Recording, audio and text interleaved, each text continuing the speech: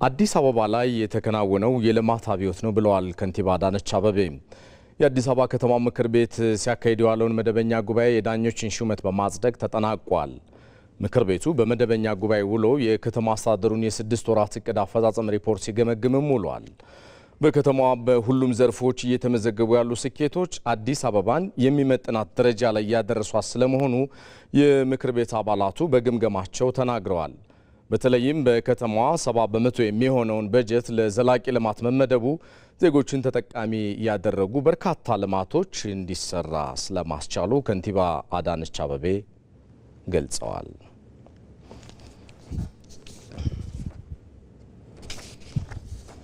እዚህ ጉዳይ ላይ ልናቆያችሁ ነው የተወደዳችሁ የምክር ቤቱን ውሎ ሲከታተል የቆየው ዘጋቢያችን ይመር አደም ተጨማሪዎችን ሊያጋራን በገታ መስመራችን ላይ ነው የሚገኘው። ሰላም ላንተ ይመር፣ እንደምን ቆየ? የከተማ አስተዳደሩ ያስመዘገባቸው ስኬቶች እንዳሉ ሆኖ ቀጣይ ይበልጥ በትኩረት ሊሰራባቸው ይገባል የተባሉ አብይ ጉዳዮች ምንድናቸው ለመሆኑ የሚለውን ንገረን እስኪ። አመሰግናለሁ ሰለሞን።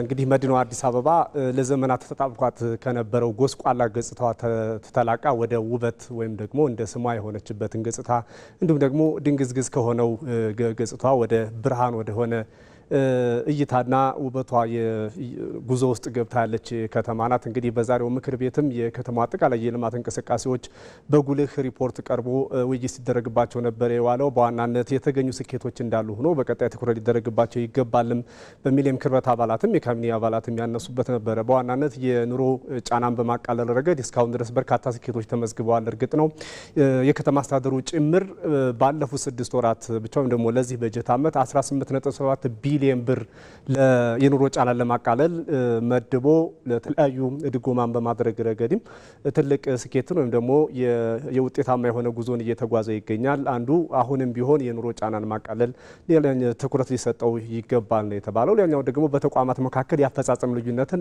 ተቀራራቢ ማድረግ ነው።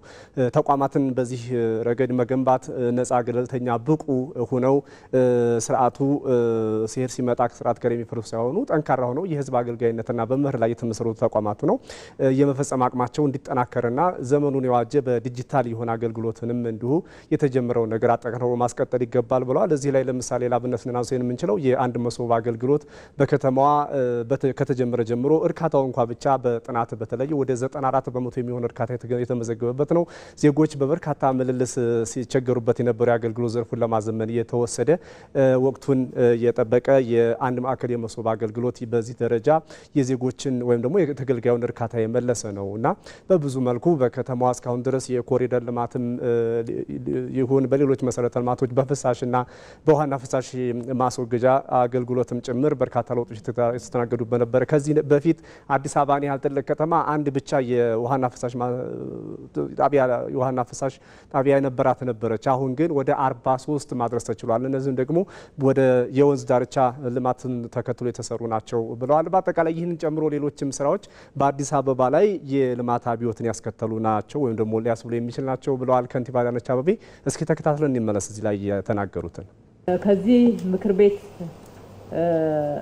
ዘመን በፊት የነበረውን እንኳን የቅርብ ዘመኑን ቢያወዳድረው አዲስ አበባ ላይ የተካሄደው እውነቱን ለመናገር የልማት አብዮት ነው።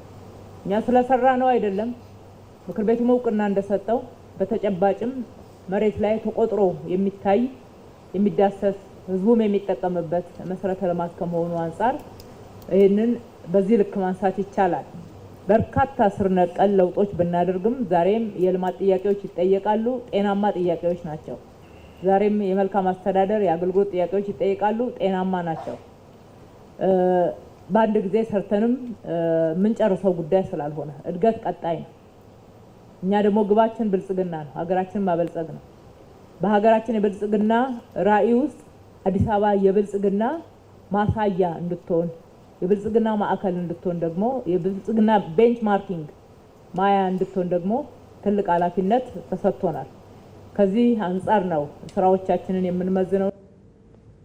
አዲስ አበባ ገጽታዋንና መልኳን ከሚቀይሩ የዘላቂ ልማት ጎን ለጎን ደግሞ በሰው ተኮር የልማት ስራዎቿም የምትታወቅ ከተማ ናት። ለአብነትም የተማሪዎች ምገባ መርሃ ግብርን የምናስታውሰው ነው። በዚህ የተማሪዎች ምገባ መርሃ ግብር ባዶ ምሳቃ ይዞ ሄዱ የነበሩ ወይም ደግሞ ምግብ ሳይመገቡ ሲማሩ የነበሩ ተማሪዎች አሁን ላይ በቀን 2 ጊዜ በትምህርት ቤቶቻቸው መመገብ የቻሉበት ነው። በዚህም ወደ 940 ሺህ የሚሆኑ ተማሪዎች ተጠቃሚ መሆን የቻሉበት ነው። ከዛ ባሻገር ደግሞ በዚህ ዓመት በ2018 በጀት ዓመት ማለት ነው 100 ሺህ የሚሆኑ ቤቶችንም ለመገንባት በከተማ አስተዳደሩ እቅድ ተይዞ እየተሰራ ይገኛል። ይሄ ደግሞ አንዱ በከተማዋ ያለውን የመኖሪያ ቤት አቅርቦት ጥያቄ ለመመለስ የተደረገ ጥረት ነው። እስካሁን ድረስ በ6 ወራቱ ብቻ እንኳ ወደ 97 ሺህ የሚሆኑ ቤቶች ወደ ግንባታ ገብተው በግንባታ ሂደት ላይ ይገኛሉ የሚል ነው በሪፖርቱም የተነሳው። እንግዲህ ከተማ አስተዳደሩ እስካሁን ድረስ ከመደበው በዚህ በጀት ዓመት ወደ 350 ቢሊዮን ብር ውስጥ ወደ 149 ቢሊዮን የሚጠጋ ገንዘብንም እስካሁን ጥቅም ላይ በመዋል ወደ ጥቅም ላይ ወይም ደግሞ መጠቀም ተችሏል። ይህ አብዛኛው በጀቱ ወደ 70 በመቶ የሚሆነው ደግሞ በዘላቂ የልማት ስራዎች ላይ ትኩረት አድርጎ የተሰራ በመሆኑ የነዋሪዎችን የዜጎችን ተጠቃሚነት ያረጋገጠ ሆኖ ተገኝቷል።